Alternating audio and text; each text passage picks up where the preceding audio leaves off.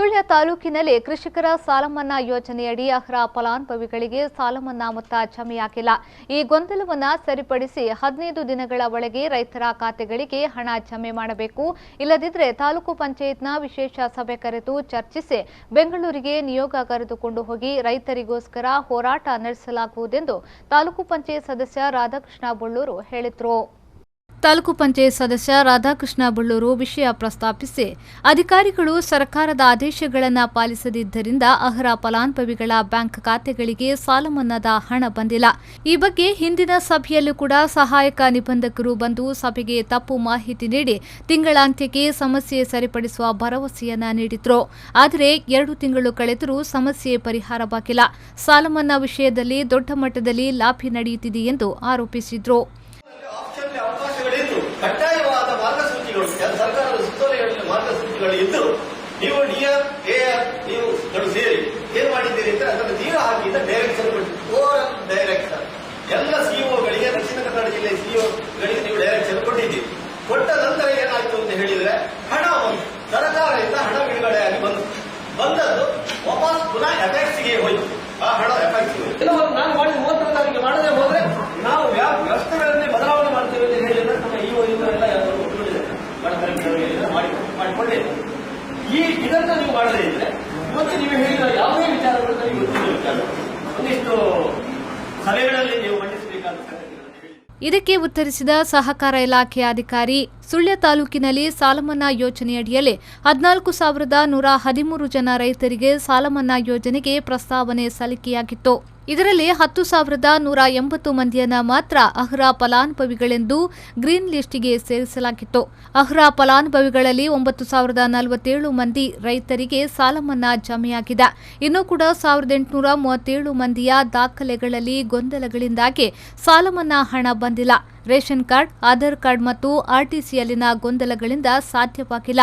ಅರ್ಜಿ ಅಪ್ಲೋಡ್ ಮಾಡುವ ಸಂದರ್ಭದಲ್ಲಿ ಕೆಲಸದಲ್ಲಿನ ಒತ್ತಡಗಳಿಂದ ತಪ್ಪಾಗಿವೆ. ಈಗಾಗಲೇ ಎಡಿಟ್ ಮಾಡಲು ಅವಕಾಶ ಮಾಡಿಕೊಡಲು ಬರೆಯಲಾಗಿದೆ ಎಂದು ಹೇಳಿದ್ರು. ಮತ್ತು ಹೊರಬಾಕಿ ಮೊತ್ತವನ್ನು ತಪ್ಪಾಗಿ ನಮೂದಾಗಿದೆ. ಅಂದ್ರೆ ನಾವಿಲ್ಲಿ ಅರ್ಜೆಂಟ್ ಆಗಿ ರಾತ್ರಿ ಹಗಲು ಕೆಲಸ ಮಾಡುವಾಗ ಫೀಡಿಂಗ್ ಅಲ್ಲಿ ತಪ್ಪಾಗಿದೆ.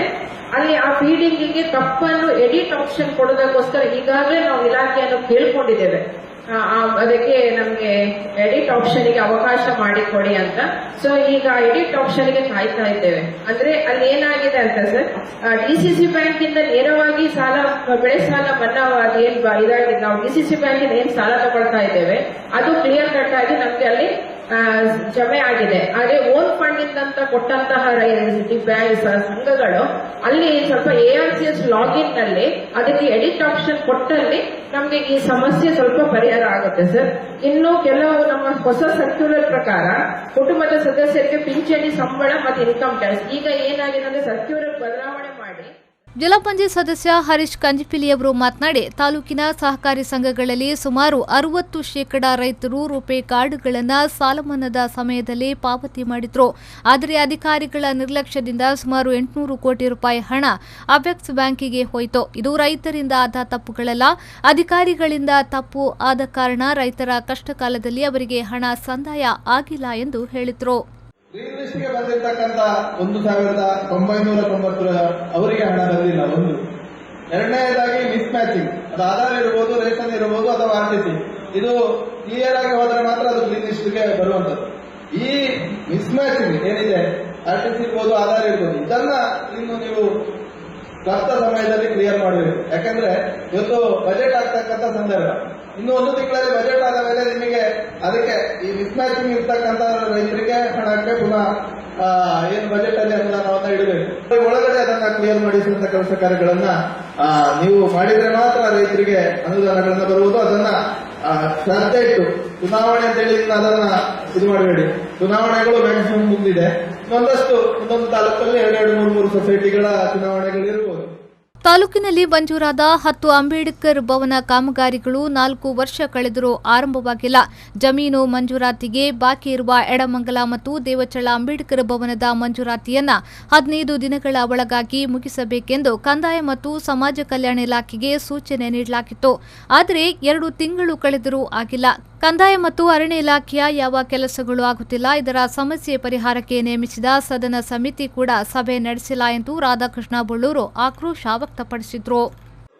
ಓಪನ್ ಆಗಿದೆ ಅಂತ ಆದ್ರೆ ಅದರಲ್ಲಿ ನಿಮಗೆ ಯಾರು ಆತ್ಮೀಯರಿದ್ದಾರೆ, ನಿಮಗೆ ಯಾರು ಪ್ರಭಾವಿತರಿದ್ದಾರೆ ಅವರನ್ನು ನೀವು ಮಾಡಿದ್ದೀರಿ ಅಂತ ಆದ್ರೆ ಅದರಷ್ಟು ಘೋರವಾದ ಅಪರಾಧ ಜಗತ್ತಲ್ಲಿ ಯಾವುದೂ ಇಲ್ಲ. ಇದೇ ಜನರು ರೈತರೊಟ್ಟಿಗೆ ಆಟ ಆಡ್ತಾ ಇದ್ರು. ನನಗೆ ಅದು ಗೊತ್ತಿಲ್ಲ. ನಾನು 16-17 ಓಪನೇ ಆಗಲಿಲ್ಲ ಅಂತ ಗೊತ್ತಿಲ್ಲ. 16-17 ಓಪನ್ ಮಾಡಿಸಿಕೊಳ್ಳಿಲ್ಲ. ಓಪನ್ ಆಗಲಿಲ್ಲ, ಓಪನ್ ಮಾಡಿಸಿಕೊಳ್ಳಿಲ್ಲ. 16-17 ಓಪನ್ ಆಗಿ ಏನೇ ಕಲ್ಲ ಸೊಸೈಟಿಯಲ್ಲಿ 12 ಜನ ಪ್ಲಸ್ 16 ಜನರಿಗೆ ಆಗಿದೆ ಅಂತ ಹೇಳಿದ್ರೆ ನೀವು ಮಾಡುವಂತ ಅದರ ಪದಗಳನ್ನು ನಾನು ಬಳಸುವುದಿಲ್ಲ. ಆ ರೀತಿಯ ವ್ಯವಸ್ಥೆಗಳನ್ನು ನೀವು ಮಾಡ್ತಾ ಇದ್ದೀರಿ. ಸಭೆಯಲ್ಲಿ ತಾಲೂಕು ಪಂಚಾಯತ್ ಉಪಾಧ್ಯಕ್ಷೆ ಶುಭದಾ ಎಸ್ರೈ, ಸ್ಥಾಯಿ ಸಮಿತಿ ಅಧ್ಯಕ್ಷೆ ಜಾಹ್ನವಿ ಕಾಂಚೋಡು, ತಹಶೀಲ್ದಾರ್ ಆನಂದ್ ಶಂಕರ್, ತಾಲೂಕು ಪಂಚಾಯತ್ ಮುಖ್ಯ ಕಾರ್ಯನಿರ್ವಹಣಾಧಿಕಾರಿ ಎನ್ ಭವಾನಿ ಶಂಕರ್, ತಾಲೂಕು ಪಂಚಾಯತ್ ಮತ್ತು ಜಿಲ್ಲಾ ಪಂಚಾಯತ್ ಸದಸ್ಯರು, ಅಧಿಕಾರಿಗಳು ಉಪಸ್ಥಿತರಿದ್ದರು. ಪದ್ಮನಾಭ, ವಿ4 ನ್ಯೂಸ್ 24/7 ಸುಳ್ಯ.